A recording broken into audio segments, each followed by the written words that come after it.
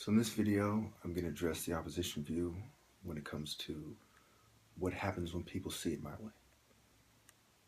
The opposition may come to the conclusion that there's no way to downplay what I'm saying or try to debunk it.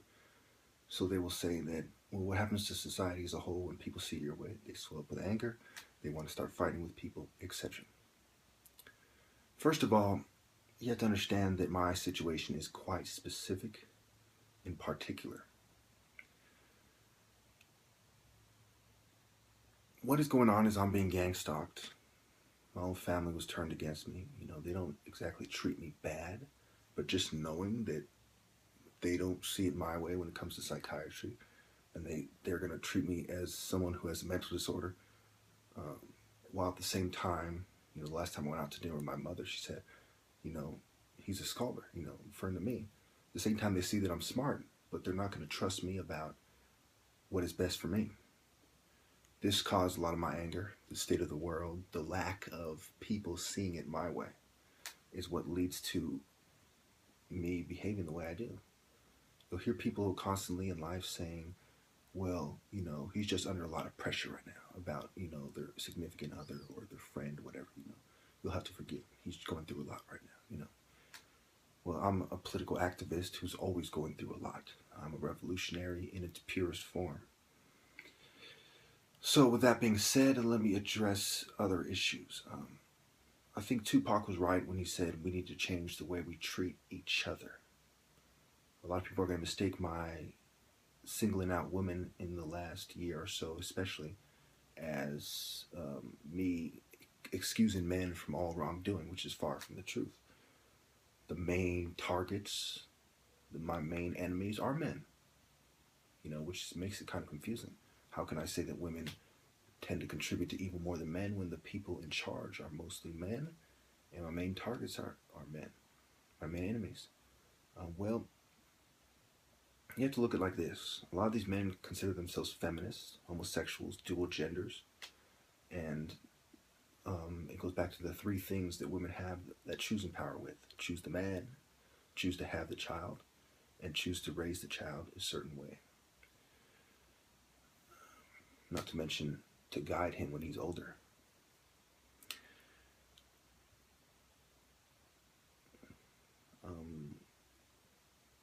With this being said, I commented recently on the Gnosis video, clarifying a few things.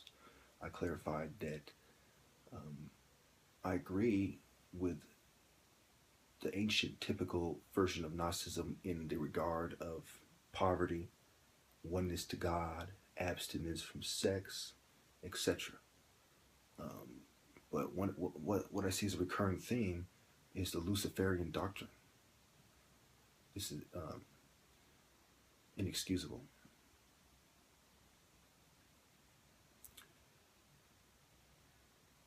Well, it's more appropriately say the Luciferic doctrine, not exactly to be confused with Luciferianism, which is a topic for another day. I'm hoping really to make this my last video. I do that a lot, and I end up making more videos because the circumstances demand for more videos. Also, I want to talk about the chessboard. I constantly talk about a chessboard between good and evil. Black versus white, what have you. Well, there's different pieces on the chessboard, and the pawn can make it to the other side of the board and turn into something else. The bishop is a fighter for God. He either fights with his tongue, or he's sort of similar to a warrior monk, fighting and training martial arts to fight literally, to protect the temple, the artifacts, and his God, and his religion. The castle holds it down for everybody. He's the guy that we all turn to, for advice.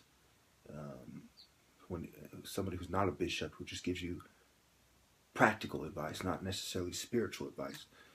He's the guy that fortifies us, gives us strength. He's a great warrior. You might see it as he's a big, strong, respected man. That's one way to look at it, but not necessarily. And then you have the knight. He's a warrior who doesn't necessarily have religious aspects about him.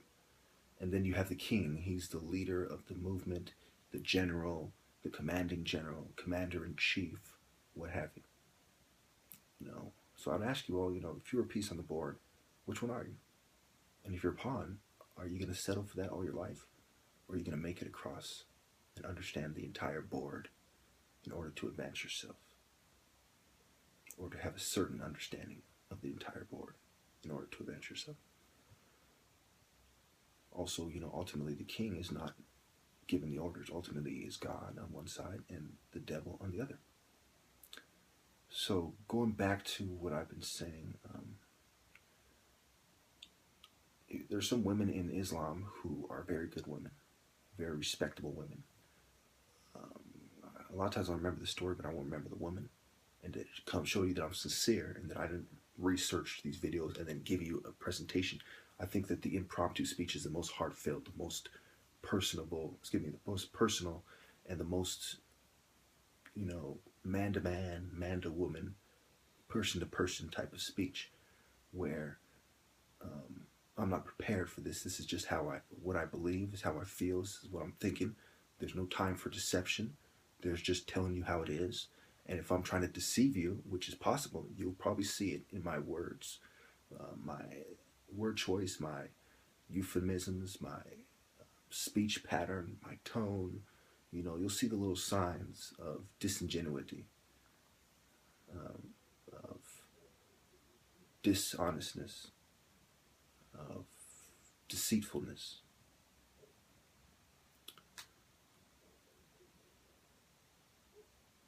So I urge you all to think about the things that I've told you, and also the issue of women.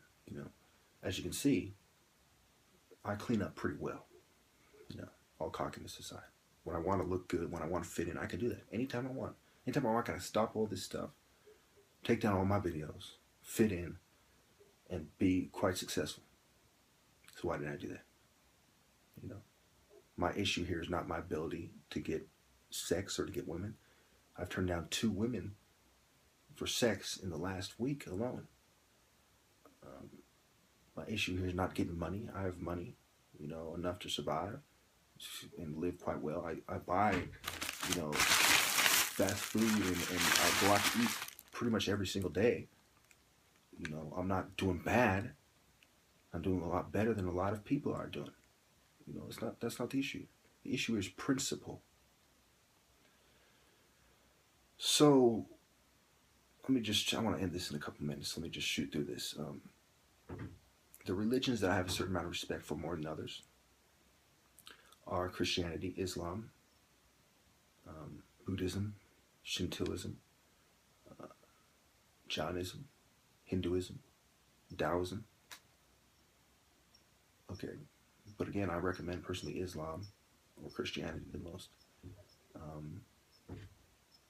I believe that Muhammad wanted to destroy the idols because people were worshiping them and they wouldn't stop. So he said the most practical way to address this spiritual error is to destroy the idols. I personally believe that if people are going to refrain from worshiping them, that we should keep cultural and historical relics and artifacts intact. Maybe even in a safe. I think this is an important part of history. I think it's a part of the story of man, and we should honor that. So, again, women can redeem themselves. I'm pretty sure I probably called them irredeemable scum or something like this in my other videos, but there is redemption. There is remission from sins, absolution, being absolved. If you change with contrition, there is forgiveness, there is hope. Oh wow, I think I forgot to mention that story. Let me end with this story. The story from the Quran, I believe, it was either Quran or Hadith, of a woman who fought, or maybe it's neither, maybe it's just Islamic history, of a woman who fought by the Prophet and shielded the Prophet with her body, and she was knocked unconscious. And when she woke, she said, the first thing she said was, "Is the Prophet okay?" So these stories aren't going to work in women's favor the way they think they are. They say, well, what about these women in history? You know, well, these women have showed us quite clearly that women are capable of doing quite noble things. Yes. So what is all of your excuses? Thank you.